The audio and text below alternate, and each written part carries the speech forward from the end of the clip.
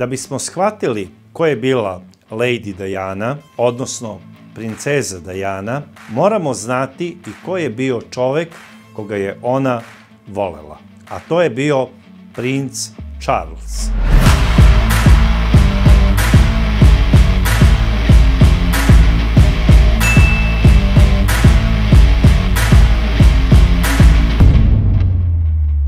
Princ Charles rođen je u Londonu 14. novembra 1948. godine. Kao najstarije dete bračnog para do skora aktuelne kraljice Elizabete II. I vojvode Filipa od Edinburga. I kao unuk tada aktuelnog kralja Đorđa VI. Na krštenju dobio je zato ime Charles Philip Arthur George i prezime Mountbatten Windsor. On je zapravo bio princ dinastije Windsor. Kada je imao 4 godine, 1952. godine, umro je njegov deda George VI. Njegova majka je tada imala dve opcije. Ili da se kruniše za kraljicu, ili da bude regent do Charlesovog punoletstva. Međutim, Gornji dom lordova i Savet krune odlučio je da zbog aktuelne situacije u svetu je najbolje da se princeza Elizabeta kruniše za Elizabetu II. I da postane kraljica. Tako da je Charles svoju krunu čekao punih 70 godina. A šta se u međuvremenu dešavalo sa njim za tih 7 decenija? Charles je inače bio prvo muško dete koje je rođeno u ovoj dinastiji u 20. veku i od njega se puno očekivalo. Njegov otac Filip, koga su zvali prepametni vojvoda, bio je čovek koji je voleo da se druži i sa narodom i smatrao je da njegov sin treba da odrasta malte ne kao i druga deca u Londonu. I on je prvi princ koji nije imao svog ličnog učitelja, nego je završavao školu kao i sva ostala deca. Završio je prvo osnovnu školu, a kasnije je upisao i državni koledž, koji je savladao sa najboljim ocenama. On je završio poznati škotski koledž Gordonston. U tom istom koledžu školovao se i njegov otac Filip. Filip je bio čovek koji je bio pun adrenalina, što bi se reklo prava muškarčina. Voleo je da se bavi ekstremnim sportovima, voleo je da vozi avion, voleo je da bude kapetan ratnog broda, voleo je da igra polo, voleo je engleski ragbi, voleo je da igra kriket i bavio se lovom na lisice. I bio je opsednut konjima. Smatrao je da niko ne može biti pravi muškarac ako nema ova interesovanja. Međutim, kako je rastao njegov sin, on je primetio da njegov sin se interesuje dosta za umetnost. Voleo je da slika, obično je crtao neke leptiriće, lepe ptice i tome slično. U jednom trenutku vojvoda Filip se uplašio da njegov sin nije možda gej. I jednom se poverio svojoj supruzi i rekao je da šteta što Ana nije rođena kao muškarac, jer se interesuje za sve sportove koje ja volim i ima iste osobine, dok Charles se ponaša kao devojčica. Da bi bio čvrst, ja ću ga poslati na školovanje u državnom koledžu u Škotskoj. To je prava škola za njega, u kojoj i najfeminiziraniji muškarci postaju momci od čelika. A nama je upravo takav potreban za naslednika krune. I kraljica je pristala da Charles ode kao prvi princ u državnu školu. I on je uspešno završio ovaj koledž, koji je bio za njega prava egzotika. Jer momci bi znali da se onako skinu na velikom odmoru, školskom znači odmoru, i da se između sebe po klanovima, kako su podeljeni, potuku. Zato što su jedni navijali za Arsenal, drugi za Liverpool, a neko je navijao naravno za Glasgow Rangers i onda su nastajali problemi.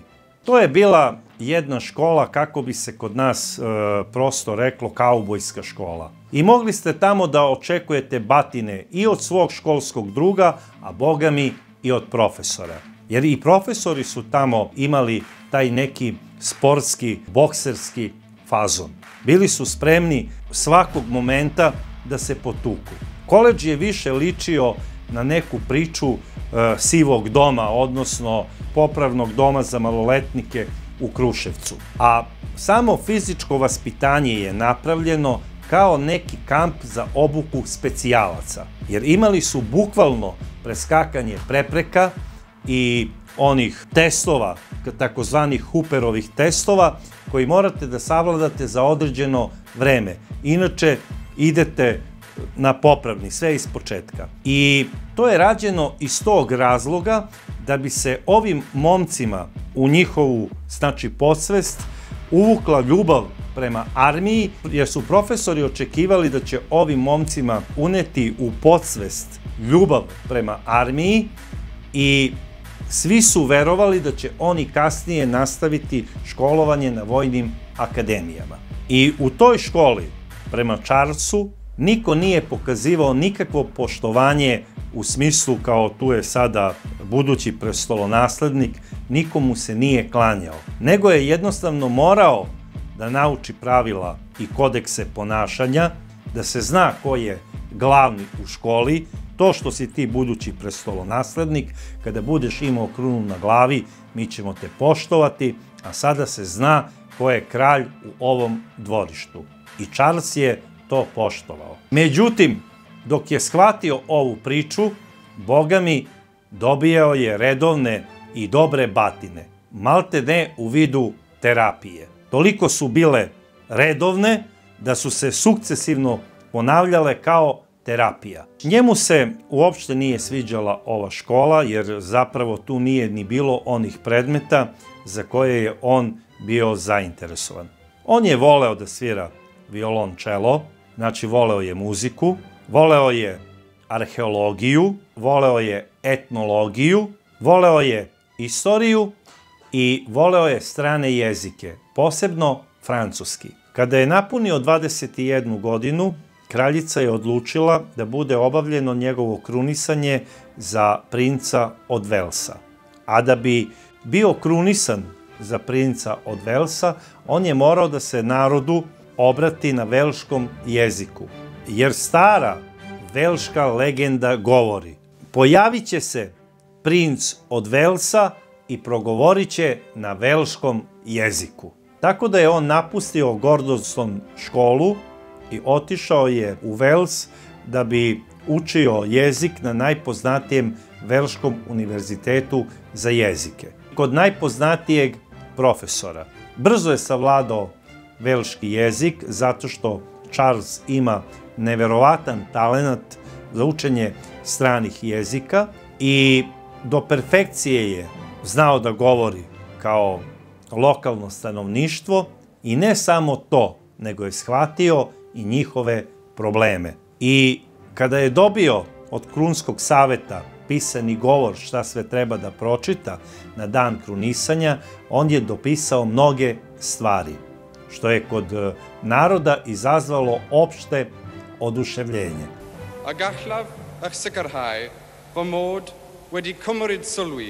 A kraljica i vojvoda Filip nisu primetili ništa, jer oni u stvari i ne znaju velški jezik. Bili su samo oduševljeni što narod viče živeo princ. A naravno, najviše je bio ponosan sam vojvoda Filip i on je kraljici rekao: vidiš šta je prava muška škola napravila od našeg sina. On će biti budući dobar kralj. Voleće ga narod. Vojvoda Filip je naravno za dan krunisanja svoga sina i naslednika organizovao i TV prenos. On je bio vrlo savremen čovek i hteo je da celo kraljevstvo i ceo svet da uživa u momentu krunisanja njegovog sina za princa od Velsa. Inače, ovaj savremeni vojvoda je 10 godina ranije napravio prvi reality u Buckinghamskoj palati. Odnosno, on je osnivač svih realitija na svetu. Jer dešavanja u njegovoj porodici televizija je javno prenosila. On je to želeo ne u smislu zarade nekog novca i tome slično, jer tada to nije bilo moguće na taj način. On je hteo da običan narod i njegovu porodicu približi.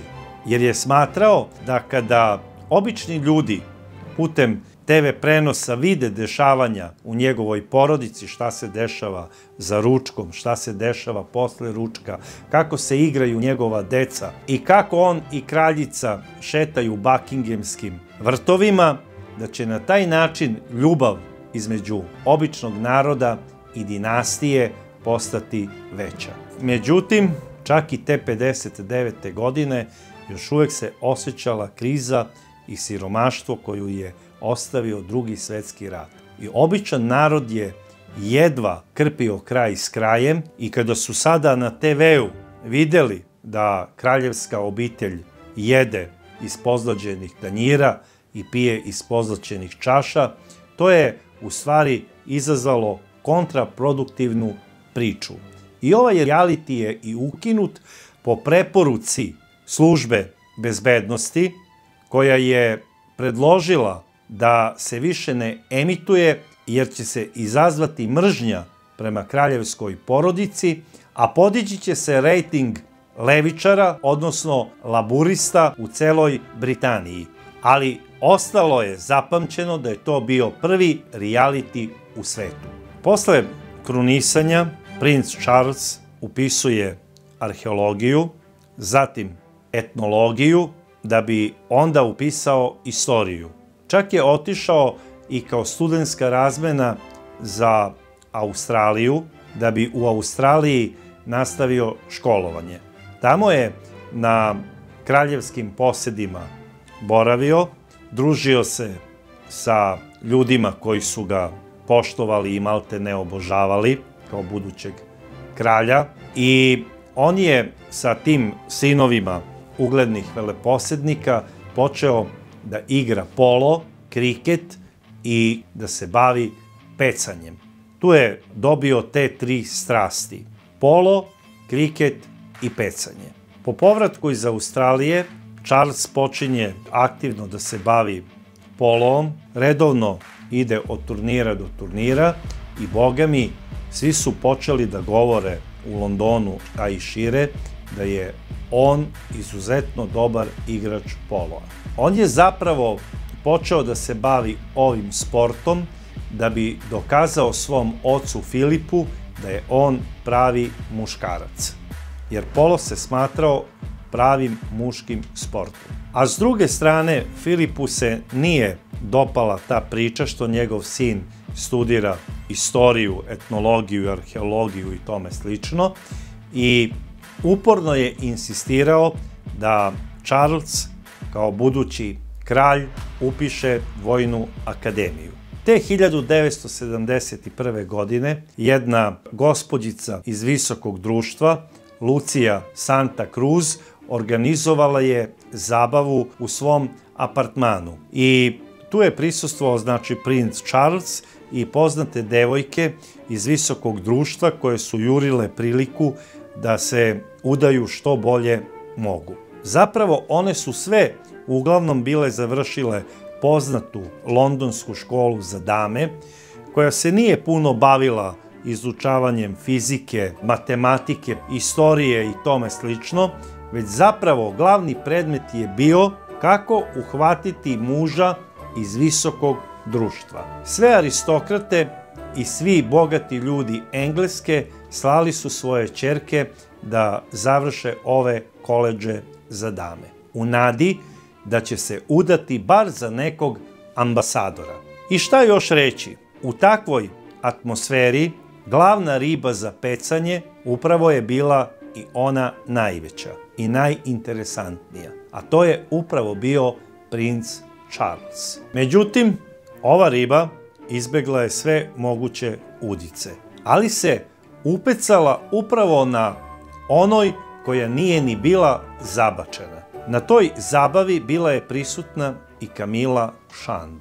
Ona je bila ne preterano lepa devojka, 2 godine je bila samo starija od Charlesa, ali je zračila takvom energijom i magnetizmom, nekim erotskim magnetizmom, da su se svi momci utrkivali ko će biti sa njom.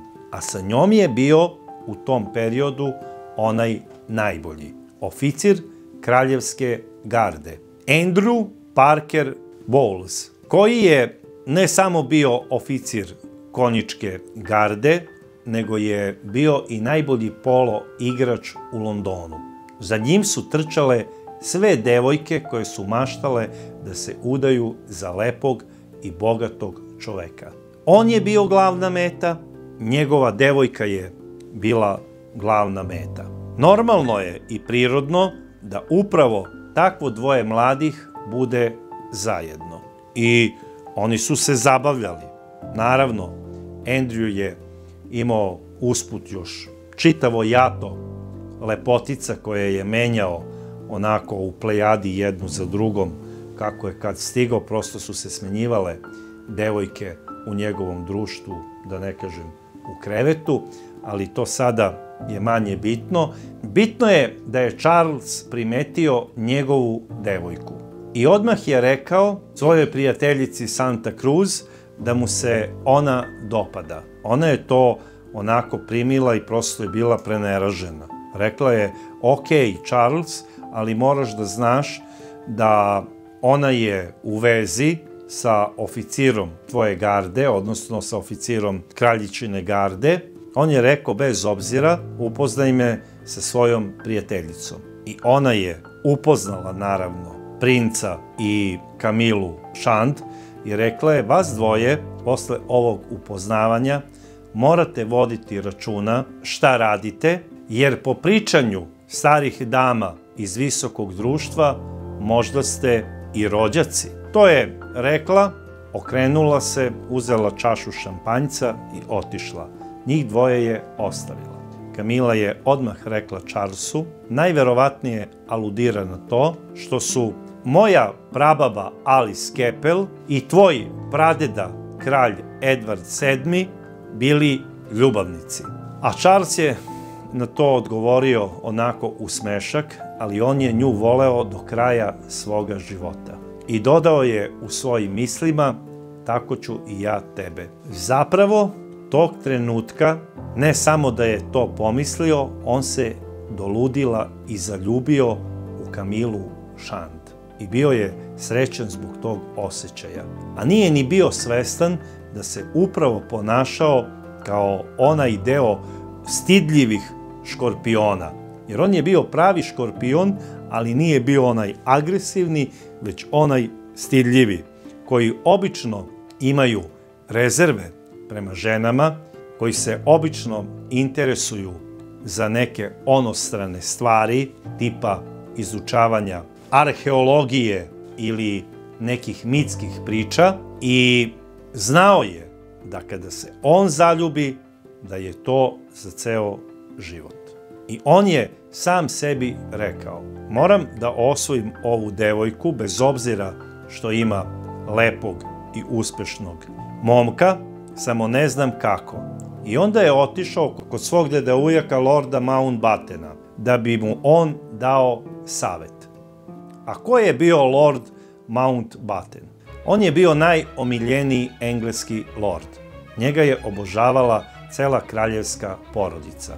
Zapravo, on je bio ujak vojvode od Edinburga i imao je počasnu titulu vicekralja Indije. I on je skoro celu svoju mladost i život proveo u Indiji.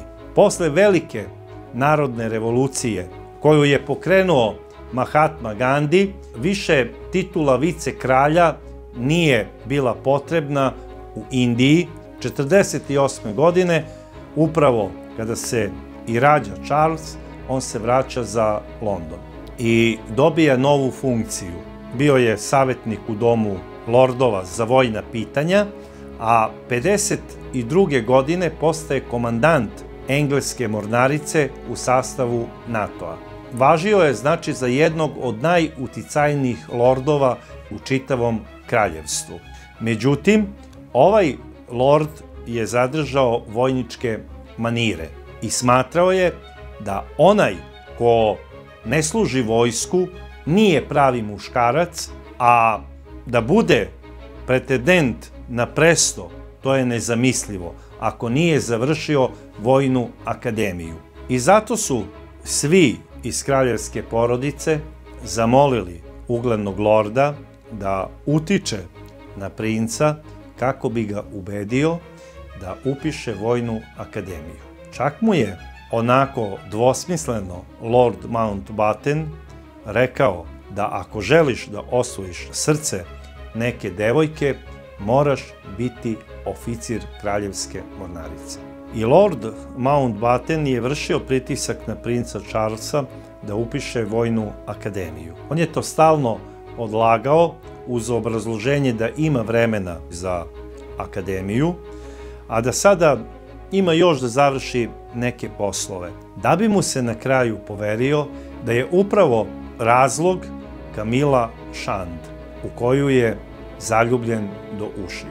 Lord Mountbatten ga je saslušao i rekao je: dobro, zgodna je ona devojka, iz dobre i ugledne porodice je, možeš biti s njom u nekoj vezi, jer ti si princ, ali to neka ti bude samo zabava na neko izvesno vreme, a ti podhitno moraš od jeseni u uniformu kraljevske mornarice. Charles je to bukvalno shvatio, jer je znao, i pored toga koliko god da mu je to bilo mrsko i strano, da Camilla upravo voli oficire, jer je njen dečko oficir kraljevske garde. I rekao je: dobro, ako želi da ima pravog oficira, imaće mene, i to ne samo kao vojnika, već završit ću za pravog viteza. Također se poverio svojoj sestri Ani, kraljevskoj princezi, da je zaljubljen u Kamilu. Ona je to dočekala kao veliko iznenađenje i bogami radosnu vest, zato što je ona bacila oko na najlepšeg polo igrača, a to je zapravo bio dečko od pomenute Camille. I ona je rekla: ajde da ih rastavimo. Ja ću da obrađujem Andrewa, a ti obrađuj Camillu. I on je to shvatio kao jedini put da se dođe do voljene osobe. I naravno pozvao je Camillu na večeru u Buckinghamsku palatu i to je bila onako romantična večera. U početku nije tu bilo izliva nekih emocija, pokazali su da imaju ista interesovanja, isti smisao za humor i Camilla je na kraju krajeva volela arheologiju, što je to oduševilo Charlesa. Međutim, posle te večere bio je jedan intervju na televiziji, a govorio je ni manje ni više nego jedan sada isto Charlesov drugi deda stric, ali sa majčine strane. Zapravo bio je to rođeni stric kraljice Elizabete II, Edward VIII, koji je pred Drugi svetski rat zbog ljubavi abdicirao, odrekao se prestola i preselio se u Pariz. U očima cele kraljevske porodice, a bogami i naroda, on je bio crna ovca ove dinastije Windsor. I oni su Charlesu govorili doslovce ovako: za sve ovo što mi živimo ovako teško i pod ovakvim obavezama, kriv je upravo deda Edward. Jer da nije on abdicirao, on bi bio kralj i sve obaveze dinastije bile bi na njegovim leđima. A mi bismo bili slobodni ljudi. Iz kase bi dobijali ono što nam sleduje, imanja u kolonijama i zemljama Commonwealtha bi donosila velike prihode, a mi bi bezbrižno živeli kao bubrezi u loju. Za sve je on kriv. I nemoj nikada da budeš kao on i da ne daj Bože zbog neke svoje zaljubljenosti napustiš presto i da tu obavezu svališ na grbaču svog brata. Već moraš, znači kada si rođen sa takvom sudbinom, da preuzneš odgovornost i da se ponašaš kao budući kralj. Da te ne bi sutra dan mrzela nečija deca. I on je, dok je gledao ovaj intervju svoga deda strica, pored koga je sedela njegova voljena žena Wallis, i gdje je bukvalno Edward rekao da se ponovo rodim i da mora da biram između krune i ove žene, odabrao bi nju. Jer ništa nije svetije i važnije na ovom svetu od voljene žene i od prave ljubavi. To je izazvalo erupciju osjećanja i kod Charlesa, a bogami i kod Camille. I on je na njenim obrazima primetio rumenilo. I pomislio je tog trenutka, gledajući je pravo u oči, baš me briga, baš ću biti kao deda Edward. A ona je, kao da je znala da čita misao iz očiju, samo prišla bliže Charlesu i oni su se tada prvi put poljubili. Ni jedno ni drugo u tom trenutku nisu bili svesni da je to zapravo poljubac njihove sudbine i žig koji će ih pratiti do kraja života.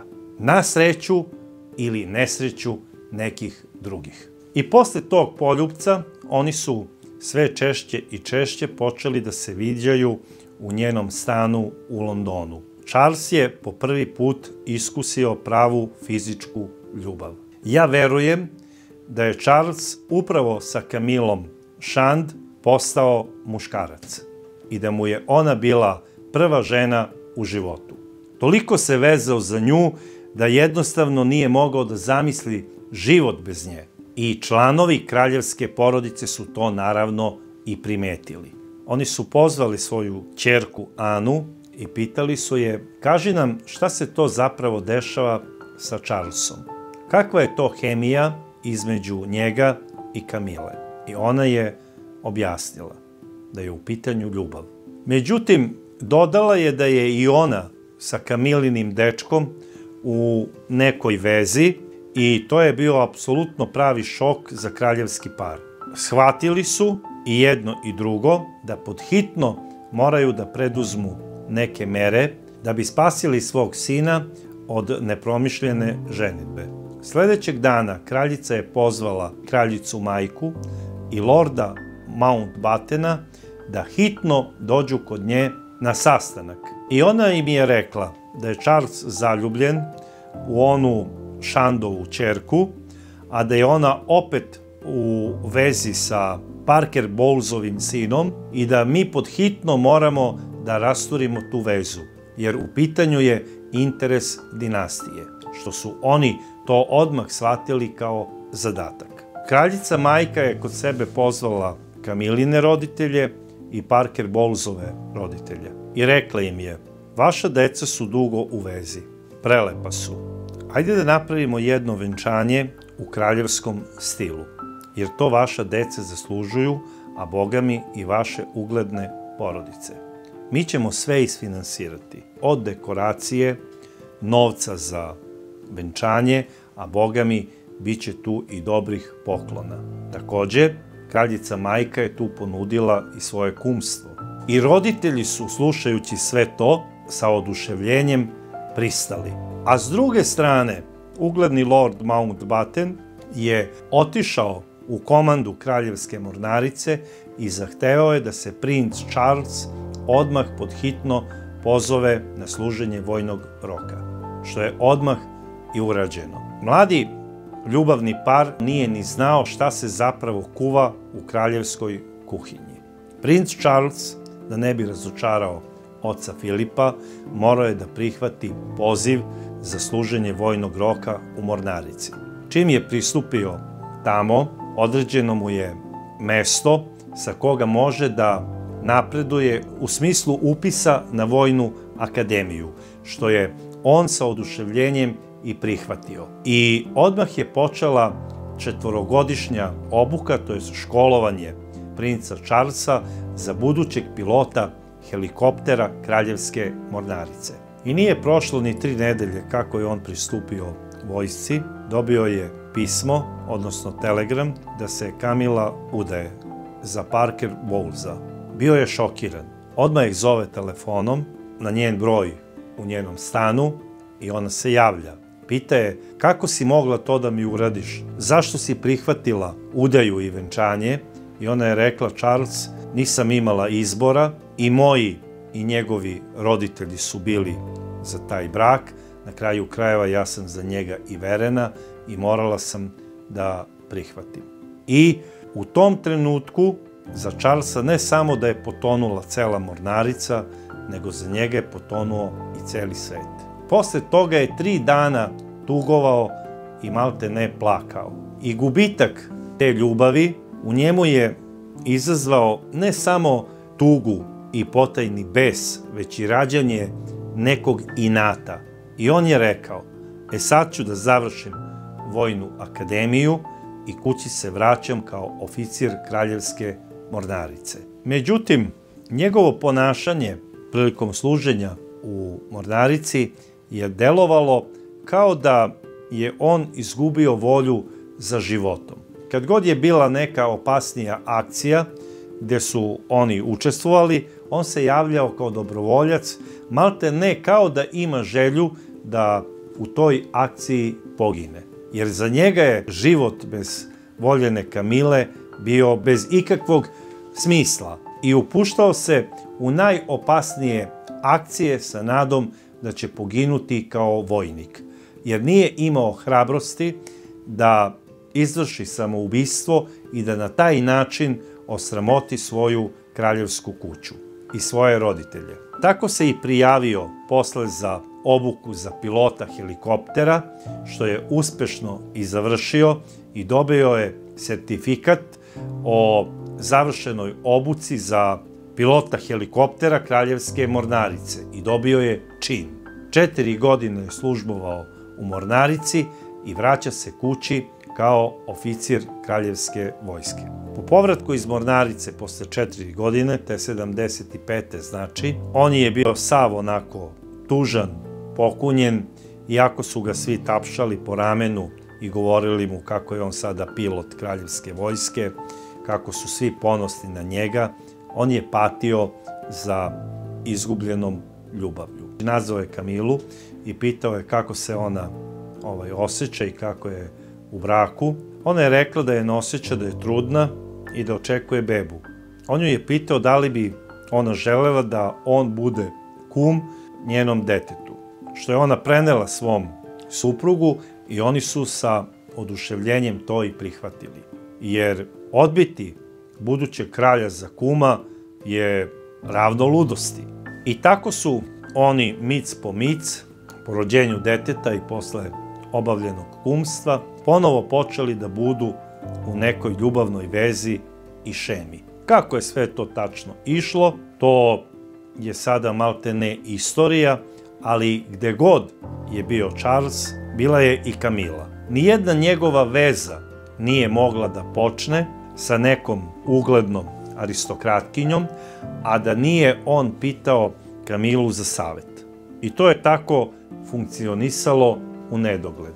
I svi ugledni, znači lordovi i aristokratija u Engleskoj, kada su organizovali neke zabave i te seoske lovove na lisice, po kome su aristokrate čuvene, pravili su, znači, organizaciju da oni pozovu Charlesa, a njihove žene ili sestre su zvale Camillu, da bi bila prisutna i ona u toku određenog dešavanja. I dobijali su obično sobu do sobe kako bi bili zajedno, jer je ona udata žena i vodili su računa o tome. Ali su svi znali koliko ona znači princu Charlesu. Prolazilo je vreme, prošle su 2 godine i 77. godine princ Charles je bio gost na jednom lovu na imanju grofa Spencera. Tu je, znači, pozvan naravno princ, Camilla nije tada bila pozvana.